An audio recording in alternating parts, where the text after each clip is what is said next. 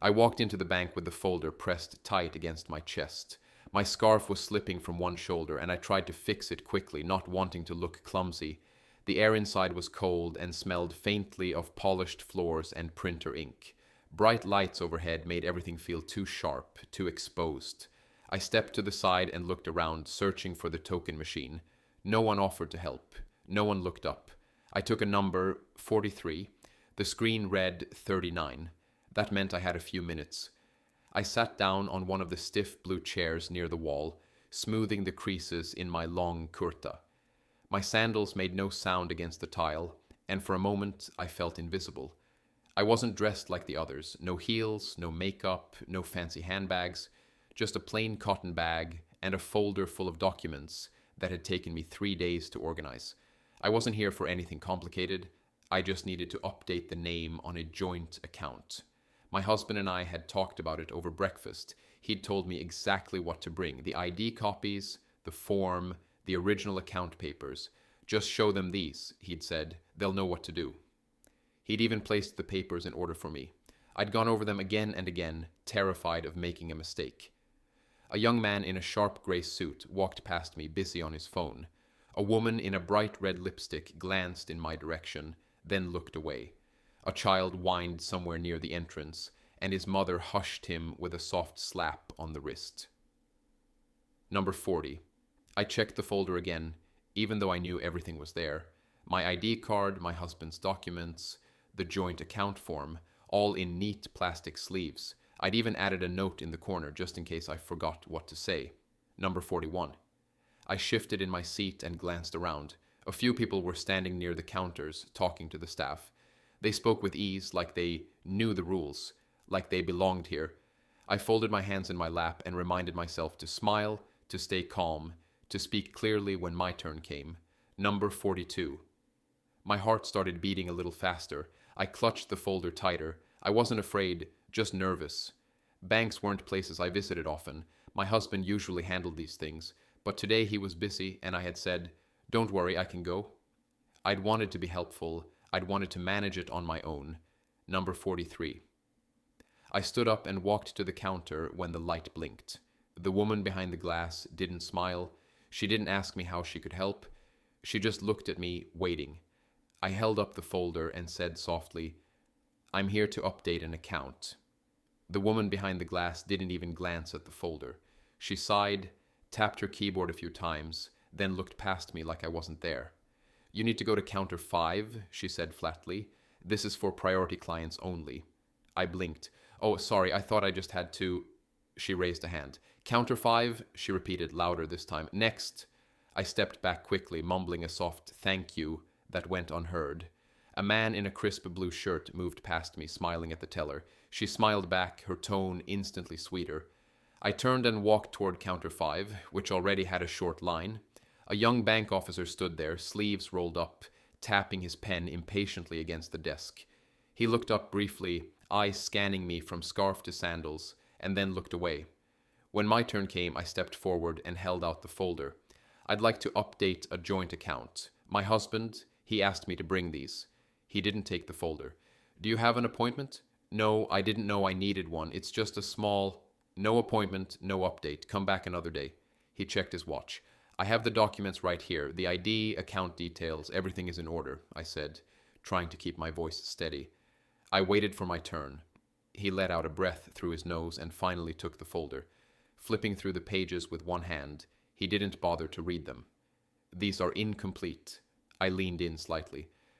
But I double-checked them. I followed the instructions from the website. He cut me off with a wave of his hand. "You people always come with half knowledge, then expect us to fix it." I felt my stomach twist. "I'm just trying to..." "You're at the wrong desk," he said firmly. "Go see customer service. End of the hall. Tell them you need help. Maybe they'll explain it slowly." His voice wasn't loud, but it carried. The woman behind me shifted uncomfortably. Someone coughed. A chuckle came from a desk nearby. I clutched the folder tighter. "Can you please just tell me what's missing? I'll fix it." "I don't have time to explain forms. I'm not here to teach." "Next." I stepped back, unsure what to do. Another employee walked by and muttered to the officer, "These people just waste time." Heat rushed to my face. My hands trembled slightly. I opened the folder again, trying to find what was missing, even though I knew I'd brought everything. The officer was already speaking to the next customer, his tone warm, friendly, like flipping a switch. I stood there for a moment, invisible again. Then I turned slowly and began walking toward the end of the hall, holding back the sting behind my eyes. The hallway felt longer with every step. I kept my eyes on the floor, not because I was ashamed, but because I didn't want anyone to see the tears building up. I could feel their eyes anyway. The people seated in chairs, the man near the pamphlet stand, the teller behind the counter who was now laughing softly with a coworker. I stopped in front of the customer service desk.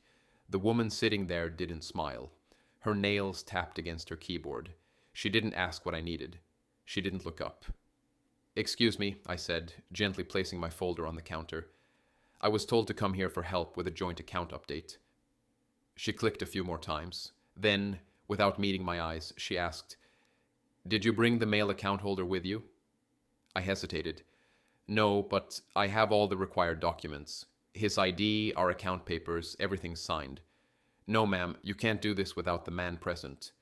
"But we've done this before," I said, voice low. "He just sent me because—" "I don't know what you did before," she said sharply, "but you can't do it today." A man standing behind me muttered, "Why do people like her even come here if they don't know the rules?" My breath caught. "I'm not trying to cause a problem," I said quietly. "I just need help understanding what to do." A manager approached, tall and stiff in a suit, holding a tablet in one hand. He didn't ask me anything. He turned to the woman behind the desk. "Is there an issue here?" She didn't hesitate. "She's refusing to follow process, getting agitated." I took a step back, startled. "I'm not refusing anything. I just don't understand what's missing." He turned his gaze to me for the first time. "Ma'am, I'm going to ask you to leave the counter so we can help other clients." But I waited. "I have the documents. I'm not yelling. I'm not—" "Ma'am, please," he said firmly. "You're holding up the line." Whispers floated in from the waiting area. I heard someone snicker. Another person whispered something to a friend, and both turned their heads toward me, half amused, half curious. I picked up the folder slowly, holding it tight so the papers wouldn't fall again. My cheeks burned. The scarf around my neck had slipped again, and I didn't bother fixing it this time. A little girl sitting nearby with her mother looked at me, eyes wide. She smiled. I tried to smile back, but my lips wouldn't move. I turned around and started walking toward the entrance. I didn't belong here. That's what their eyes said. That's what their words meant. I kept walking, each step heavier than the last, wondering why something so small had turned into something so painful. A security guard stepped forward, not aggressively, but with the kind of body language that made things clear without needing many words. He didn't ask what had happened. He didn't ask if I needed help. He simply gestured toward the door. "Ma'am, I need you to exit the branch now," he said. I looked at him confused. "But I didn't do anything wrong. I'm just trying to—" "Please," he interrupted, his voice still neutral. "Management has requested that you leave. You can return with the primary account holder." Behind him, the customer service rep turned away, already talking to someone else.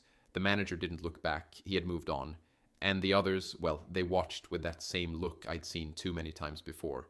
That look people give when they think they're better, when they believe you don't belong. I didn't argue.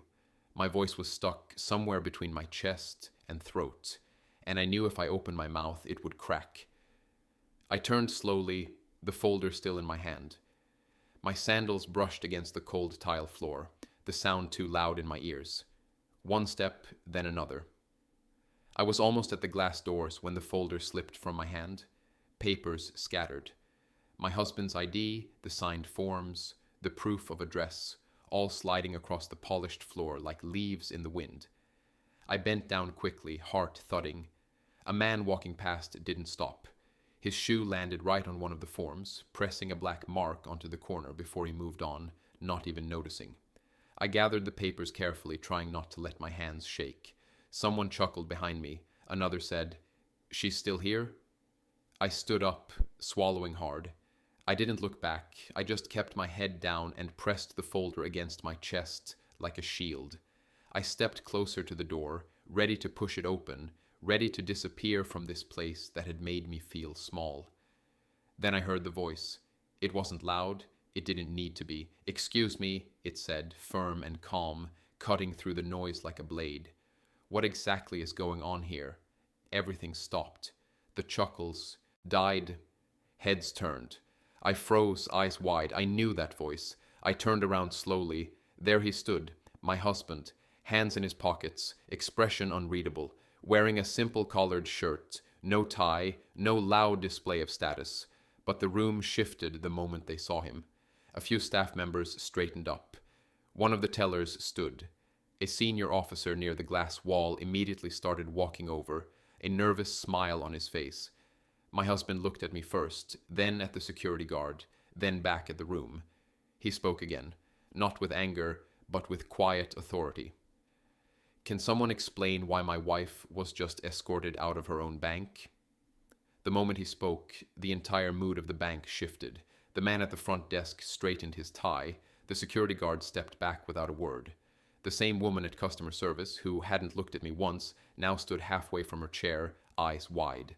The branch manager appeared out of nowhere, walking briskly, tablet still in hand. "Sir, we were just handling a small issue," he said, voice suddenly polite, careful. "There was some confusion with a walk-in client." My husband didn't move. He glanced down at the scattered papers still clutched in my hand. "A walk-in client?" he repeated, his voice calm. The manager smiled awkwardly. "Yes, she didn't have an appointment, and there seemed to be some disagreement with the staff. She was becoming, well, difficult." "Difficult?" His eyes didn't leave the manager's face. He took one step forward. "So your team decided to remove her without hearing her out, without even checking who she was?" "Sir, it's just procedure. We have to follow certain protocols," the manager replied quickly. "And we didn't realize—" "You didn't realize what?" my husband asked. The manager shifted his weight, eyes flicking nervously toward the customer service desk. "We didn't know she was with you. Otherwise, of course, she would have been treated—" "She's not with me," my husband said, voice low now but sharper than ever. "She's my wife." The words dropped like a weight into the middle of the room. Silence. The woman at customer service looked down at her keyboard. The young officer who told me to go away took a sudden interest in his monitor. The guard quietly walked back toward his post near the entrance. My husband turned to me. His eyes scanned my face, the folder, the faint smudge on one of the pages. He said nothing, but I saw it, the shift in his expression. Anger, not loud, but cold. Protective, focused. He looked back at the manager. "You humiliated her in front of a full room, laughed at her, dismissed her." The manager opened his mouth to respond, but nothing came out. My husband didn't wait. "I want every person involved in this to come here right now. I want you to show them the name on this bank's ownership document." He pointed to the wall behind the counters. There, in small gold letters, was his name, Founder and Managing Director. The room remained still. The staff who had rushed to remove me earlier now looked anywhere but at my face. He turned to me again, softer now. "Let's sit. We'll fix this." I nodded, still stunned, still holding onto the folder like it might disappear if I let go. He guided me toward the customer seating area, every step a reminder to the room of who I really was, and who they had pushed out. The manager stood frozen, lips parted like he wanted to speak, but no sound came out. His eyes kept darting between me and my husband, like he was trying to solve a puzzle that had suddenly changed shape. The others didn't move. The same staff who had rolled their eyes at me minutes ago now looked down, busying themselves with papers that didn't need attention. No one laughed now, no one whispered. The air was thick with discomfort. My husband didn't raise his voice. He didn't need to. He looked at the manager and said, "Please bring a chair for my wife."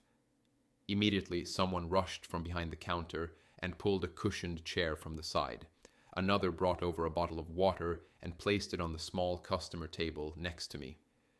The same hands that had pointed me toward the exit were now setting things gently before me, their movements suddenly respectful, careful. I sat down slowly, the folder still resting on my lap.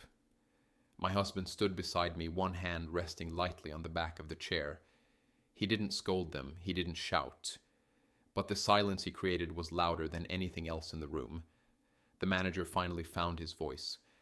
"Sir, I deeply apologize. This situation, it was a misunderstanding. We weren't aware that she was my wife," my husband finished for him. "So, if she wasn't, this would have been okay." The manager's mouth opened, then closed again. "No, no, of course not. It's just, we didn't recognize her." "She came in politely," my husband continued. "She brought everything in order. She waited her turn. And still, this is how she was treated?" No one answered. "I expect every client, regardless of their clothes or last name, to be treated with dignity here. If that isn't happening, then we have a much deeper problem than I thought." No one met his eyes. The weight of those words landed heavily, not just on the manager, but across the entire room. He turned to me again. "What do you need done today?" I opened the folder and handed him the form. He looked over it quickly, nodding. "Process this immediately," he said, handing it to the man behind the counter, "and sit with her while she signs. Do not let her lift a finger without full support." The man nodded stiffly, taking the papers without a word.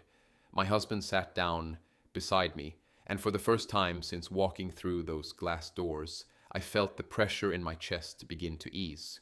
The room was still quiet, but now the silence wasn't just discomfort, it was respect, and maybe a little shame.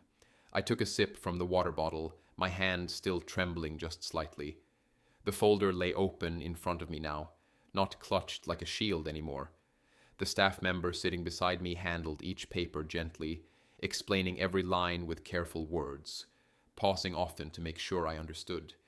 His tone was respectful, his eyes downcast, as if even looking at me too long might remind him of what had just happened.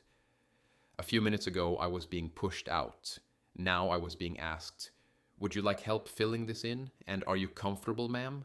The change in their voices didn't comfort me. It made me feel heavier, not better. I wasn't angry. I hadn't shouted, hadn't cried.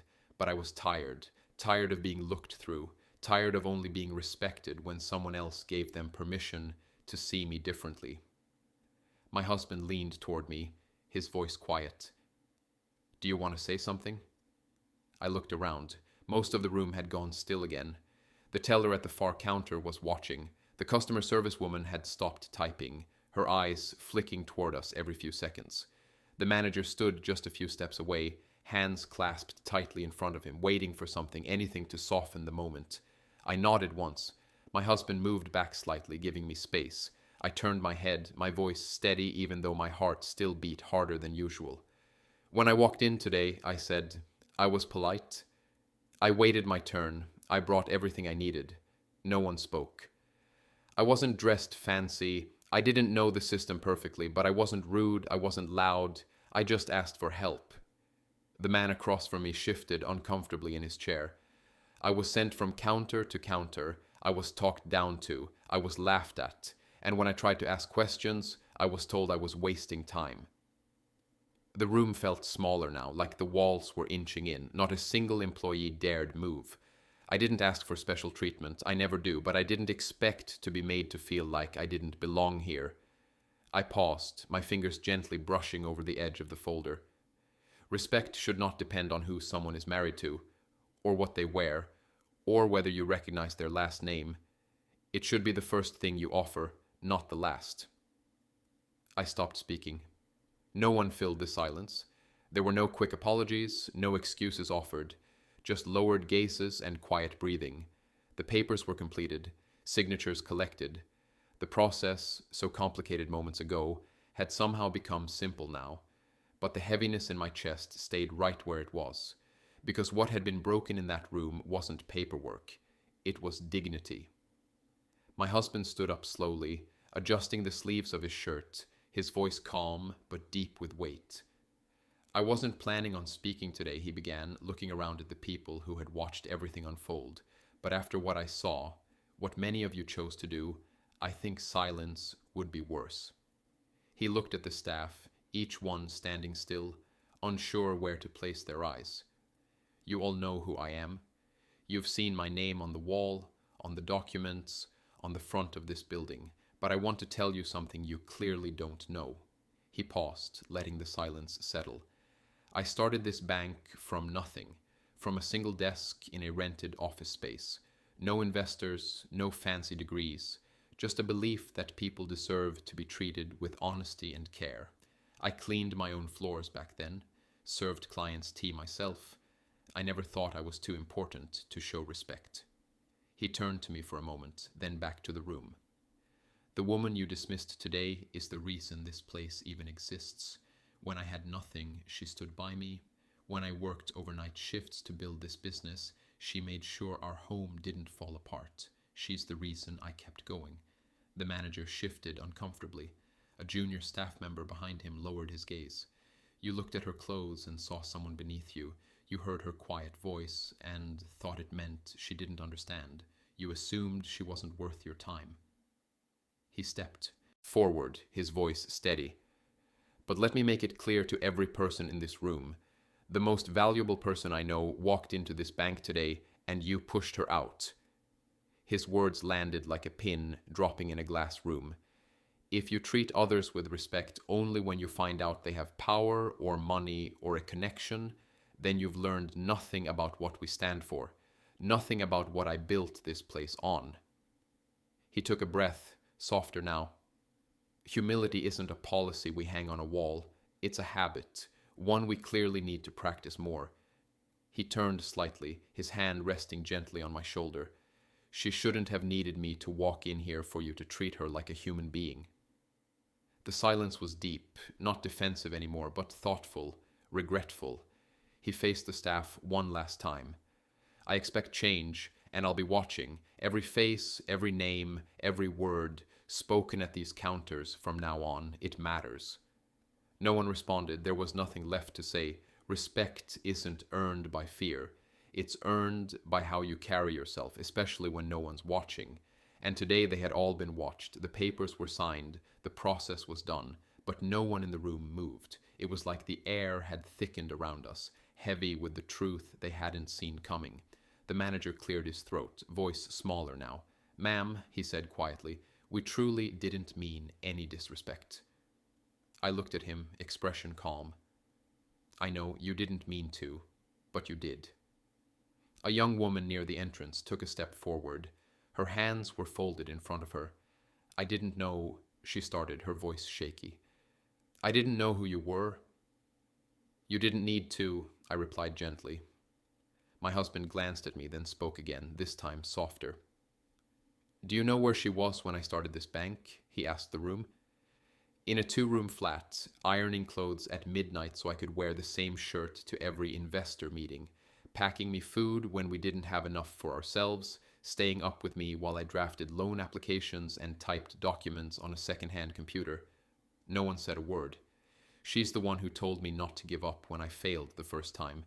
She held this dream when it was just that, a dream.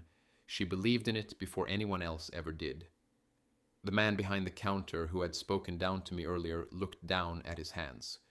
"She wasn't sitting in meetings," my husband continued, "but she was behind every decision I made, every success I had, and even after everything, she never asked to be treated special. All she's ever asked for is kindness." I could see the shift now, not just guilt, but understanding, the weight of assumptions settling on their shoulders. "She doesn't wear designer clothes," he added. "She doesn't walk in here with a title or demand attention. That's her choice, not because she lacks value, but because she doesn't need to prove anything to anyone." The silence that followed wasn't awkward anymore. It was heavy, thoughtful, the kind that comes with realization. One by one, heads began to lower, not dramatically, not performative, just quiet gestures of shame and maybe growth. The woman at customer service looked up at me. "I'm sorry," she said. Not loud, not public, just honest. Another voice followed from the teller desk. "So am I." I nodded, not out of pride, not to forgive instantly, but to accept the moment. My husband reached for my hand, his fingers brushing mine lightly.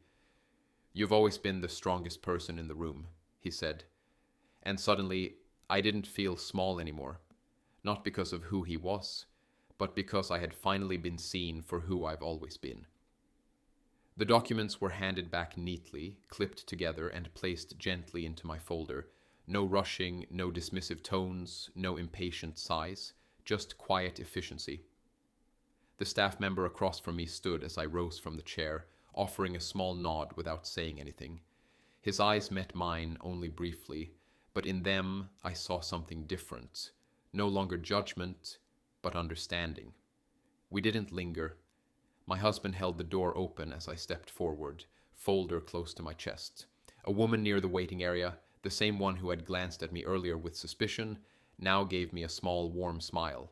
She didn't say anything, but the nod she gave was enough. It was the kind of look you give someone when you realize you misjudged them and hope they know you've learned something. As we walked past the row of chairs, a man who had been standing near the pamphlet rack stepped aside to make space, offering a respectful "ma'am" as I passed. A younger girl, maybe a college student, watched me with wide eyes, not with pity, but something closer to admiration. The same hallway that had felt so long when I was being dismissed now felt short. Not because it had changed, but because I had. My husband reached for my hand as we neared the doors. His grip was gentle, firm, familiar. "You've always been the strongest person in the room," he said. Not as praise, not to impress anyone, but as a truth I knew he had always believed. I looked at him for a moment, then back at the people behind the counters, the customers seated in chairs, the ones standing in line. Some eyes lowered, some held mine with something new, respect, maybe even inspiration. And I walked out, not with pride that needed to be proved, not with anger still burning in my chest, just peace. Peace that came from being seen, peace that came from being heard without raising my voice. Peace that came from knowing I had walked in quietly and still changed something. The sun outside was warm as it touched my face. My scarf fluttered in the breeze. The folder in my hands felt lighter somehow, though nothing inside had changed. We crossed the parking lot side by side, his hand still holding mine. And as we reached the car, I looked back once, not to check if anyone was watching, but to remember what it felt like to walk out standing tall. Not because of a name on the wall, but because I knew who I was. And now, so did they.